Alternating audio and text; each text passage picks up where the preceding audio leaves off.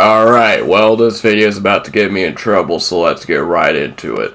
In this video is in defense of any particular team. This will not have any bias, but to get this out of the way early, I am a Patriots fan, but other than me mentioning that just now and one other example I would use later in which I actually think that they made the wrong call for the opponent that we played.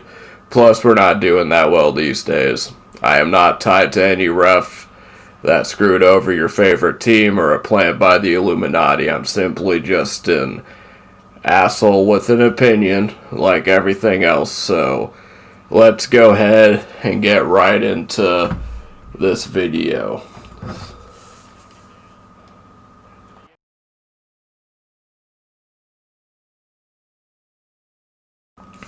So for me, the first problem with the NFL is rigged is that when you take the three words NFL is rigged at face value, I don't know about you, but that's a pretty broad statement. So are you saying that it's rigged to where it's choreographed like the WWE, where the games are planned, and not only that, refs and higher-ups are in on it, but also the players are in on it? And if the players are in on it, then they're doing a pretty bad job, because if the players would just follow the scripts, then it wouldn't look obvious, and that the refs wouldn't have to cover up for them. Now, I'm not going to say that it would be impossible to do, but it'd be pretty close to impossible. Here's a good YouTube experiment for people who are real YouTubers. Get 22 people together and script a game and see how that works out for you.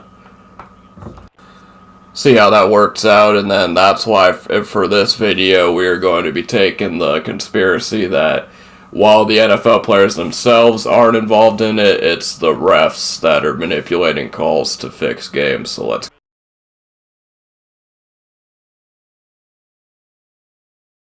So if you've ever watched any kind of sports documentary, player interview, whether that be about the tuck rule, a number of controversial plays. I know the Buffalo Bills, when they lost 4 straight Super Bowls, there was a documentary where they were talking about this main topic. It's never about that one play. For example, the tuck rule. Patriots fan, yeah, they kind of fucked up the call. But why is it that when the tuck rule happened, the Raiders couldn't get back on defense, stop them from getting any further, and, stop Adam Vinatieri from kicking the game-winning field goal in overtime? You know what I mean? So, one other example that I would like to use to illustrate this point more well is actually not an NFL topic.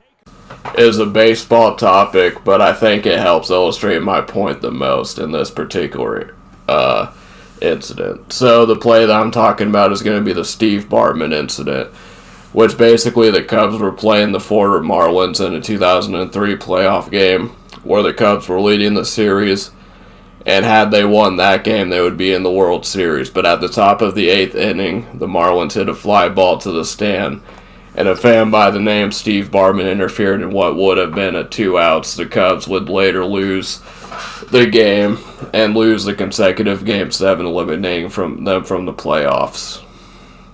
I put that in here because the mass consensus around the situation among people who watched it is that it's not their fault.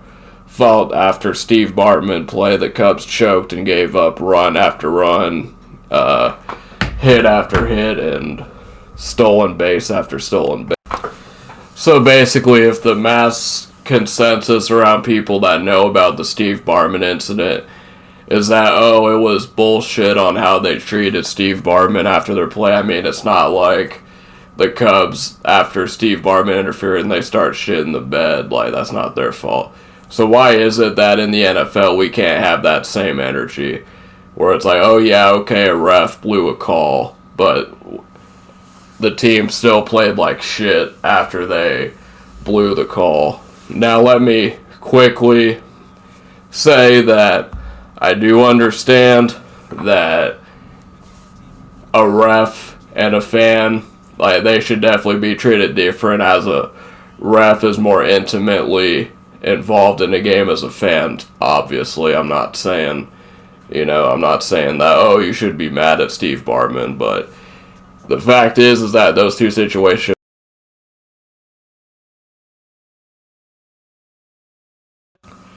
Alright, so let's talk about the referees here. So when we're talking about the NFL, we're talking about the top 1% of athletes and their jobs. Well, I do truly believe that the refs should also be in the top 1% of their jobs when they're, refereeing professional sports, the NFL, etc. Now, this is my main thing about when you see people on Twitter complaining about calls and stuff, is that when you're watching these games, you're sitting back on your recliner drinking your Mountain Dew or whatever, and whenever you see these plays, they're always played back to you in slow motion. I mean, if it's rigged, why would they want to play it back to you in slow motion where it looks more obvious? But that's another point. That, reffing isn't easy, because when you see these plays, they happen in fast motion. That's not slow motion that they see live on the field.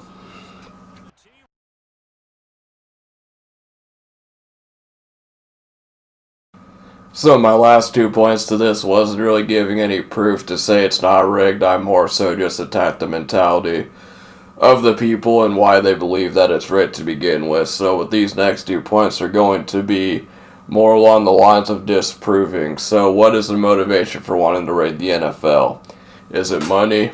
And is the money that they get for rigging the games worth the trouble they could get into if they were caught doing it?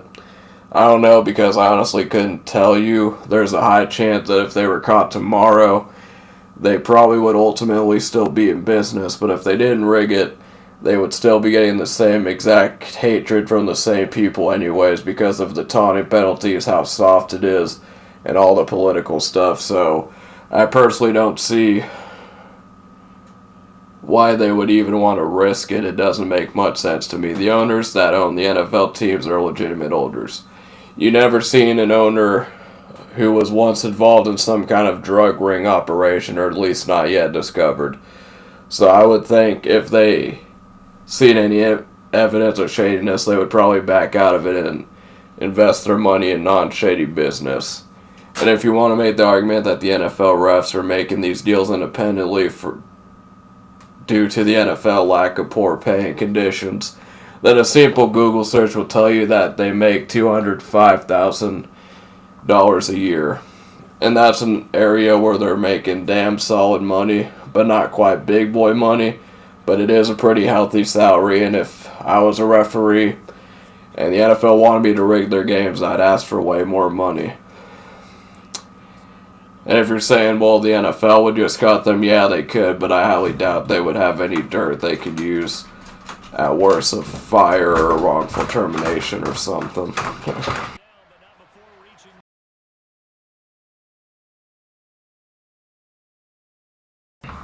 Another point I wanted to bring up is gambling. Sports gambling is a multi-million-dollar industry, and that the NFL is estimated to grow over $270 million. Now, if the sport is rigged and you don't try to prevent people from betting on it, then that's some hardcore gangster shit right there, I would say. Any attorney will tell you that is illegal, no way around it. It is literally illegal. Some people make money to what they say on it, and if that's the case, then why are you still miserable about it if you're winning? If I can make easy money betting on a fixed sport, I wouldn't care. I would be happy. Other people are like, no, wait, I forgot you're a Christian man and you're completely against anything that has to do with gambling and the satanic industry that is known as the NFL, and you're not going to sell your soul for money. But why don't you prove to everyone else that you know what you're talking about and do it, and then give the money to charity, or me? I could always use the money.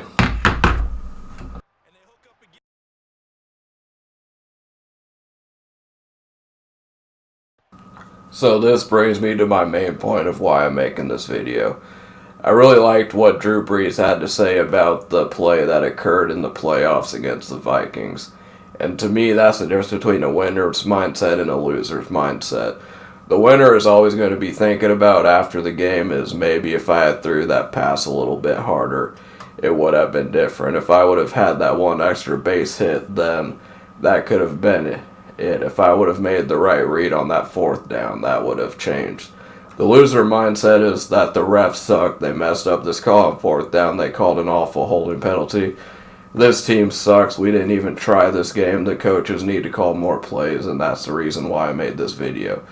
Yes, in football, it's a combination of both bad calls and mistakes that can lead to a loss, but one thing for sure, it wasn't that one call that made the difference between you losing or winning. If you don't take nothing else from what I've said in this video, that's the number one thing I wanted to get across here.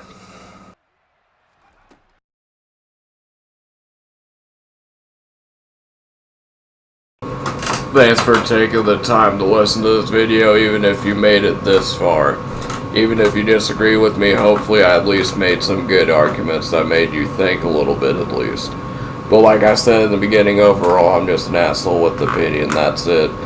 And that's really what my videos are about, so thanks you for listening to my opinion. And if you want to have a conversation with me in the comment section, I'll be there. If not, thanks for watching, and have a good day.